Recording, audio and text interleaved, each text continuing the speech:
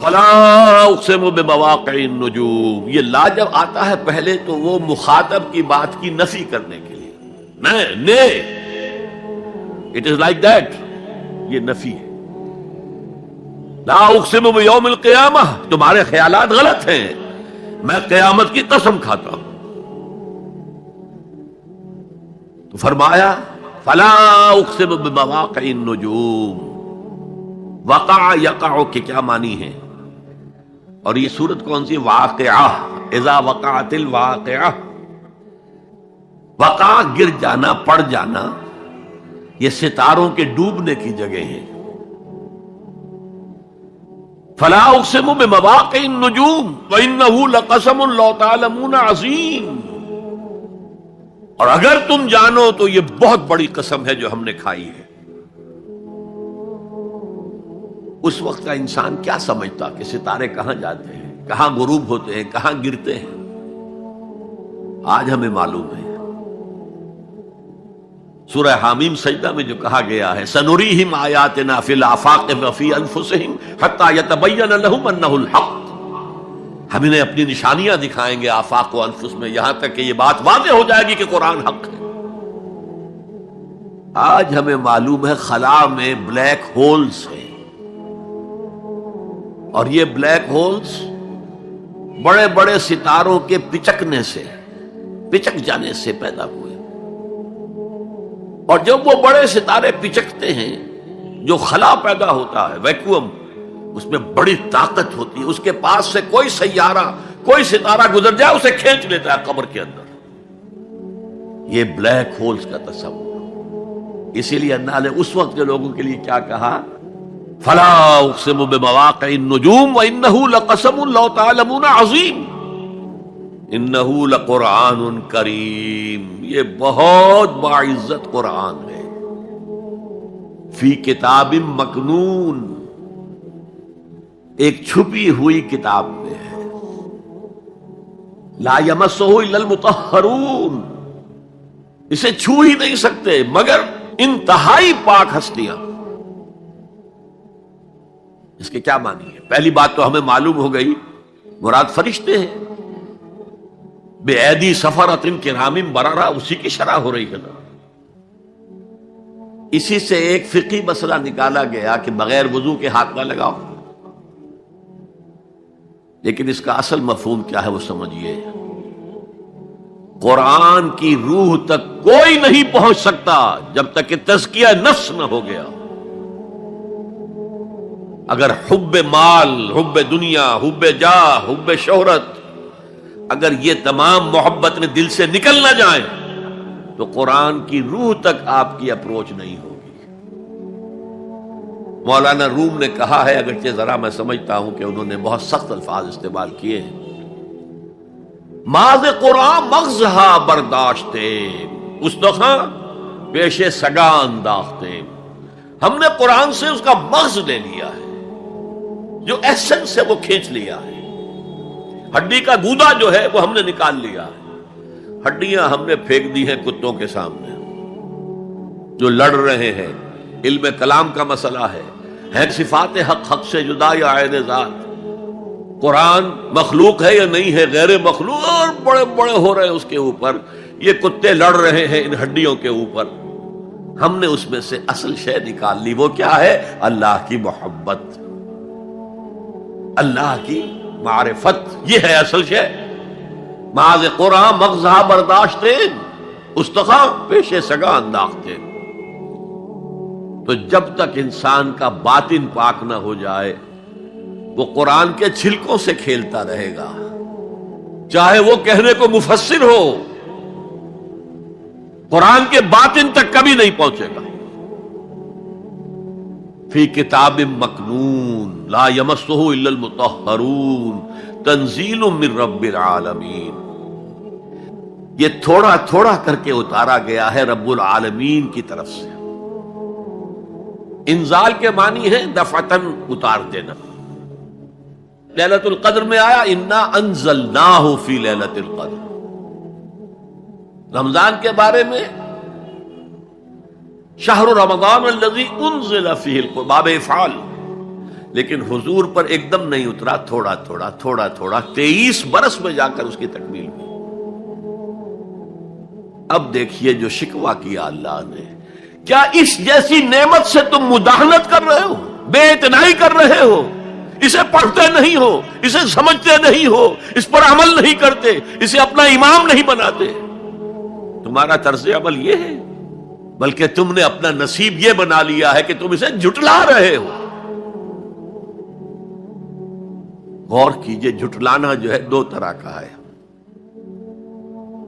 ایک ہے زبان سے کہنا کہ یہ نہیں ہے، کوئی اللہ کا کلام نہیں ہے، یہ قرآن وغیرہ جھوٹ، سب اساطیر الاولین ہے، یہ محمد نے گھڑ لیا ہے وغیرہ وغیرہ، جھٹلانا ہو گیا۔ ایک جھٹلانا ہے عمل سے جھٹلانا، مان تو لیا اللہ کا کلام ہے لیکن اس کی حرام کردہ شے کو اپنے لیے حلال کیا ہوا ہے۔ حدیث نبوی ہے، ما آمن بالقرآن من استحل محارمہ، اس شخص کا قرآن پر کوئی ایمان نہیں ہے جو اس کی حرام کردہ چیز کو اپنے لیے حلال ٹھہرا لے۔ اس اعتبار سے غور کیجئے، اور اس کی مثال بھی دی ہوئی ہے سورہ جمعہ میں،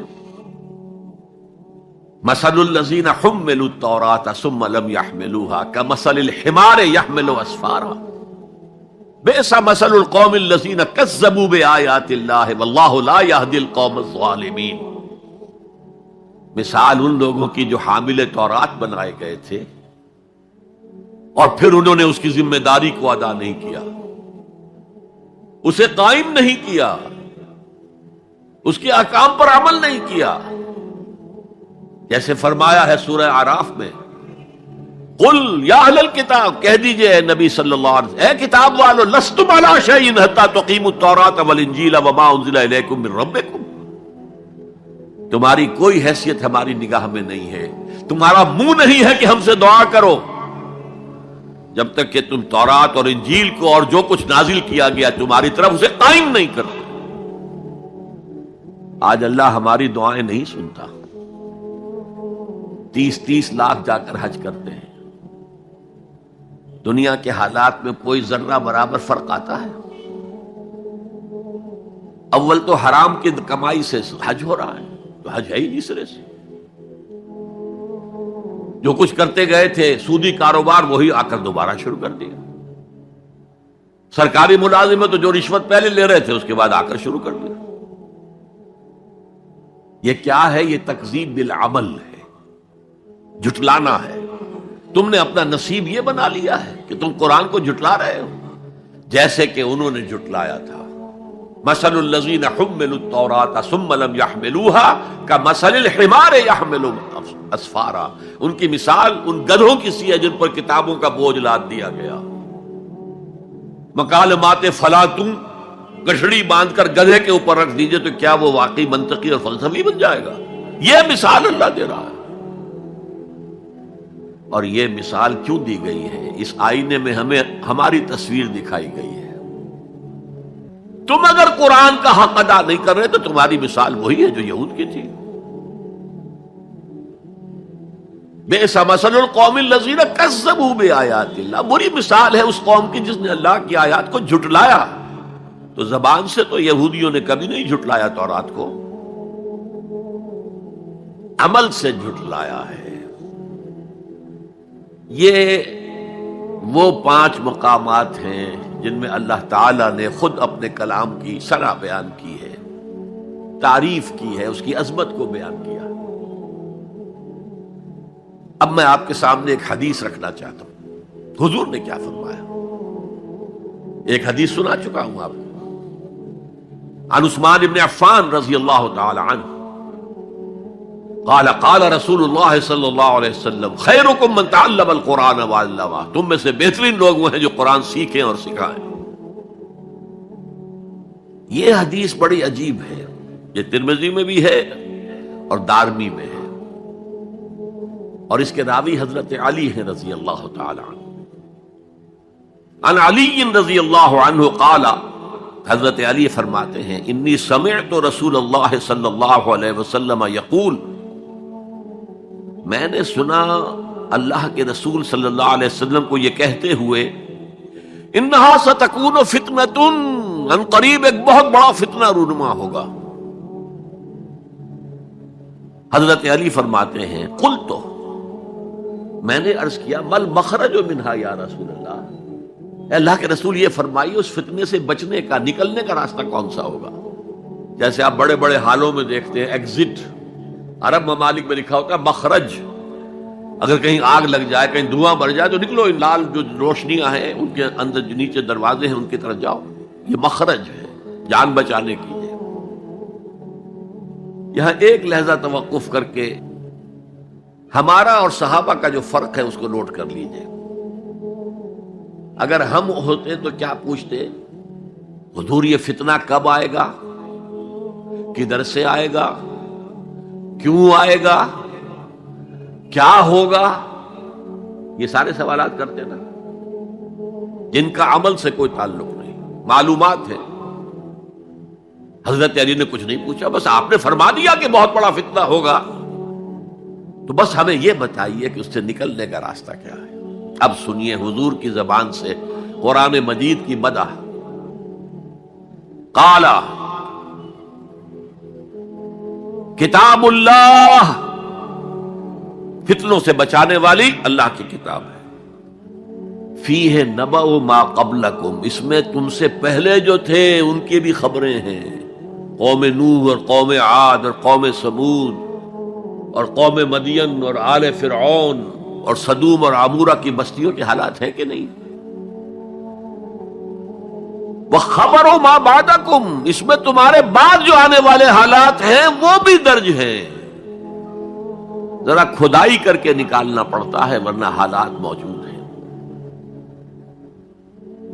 ایک اوپر کی چیز ہے، سامنے کی چیز ہے، ایک ذرا اندر سے کھدائی کر کے. لیکن یہ کہ حضور فرما رہے ہیں خبرو ما بعدکم وحکم ما بینکم، اور جو بھی اختلافات تمہارے درمیان ہوں گے ان کا فیصلہ بھی اس کتاب میں موجود ہے.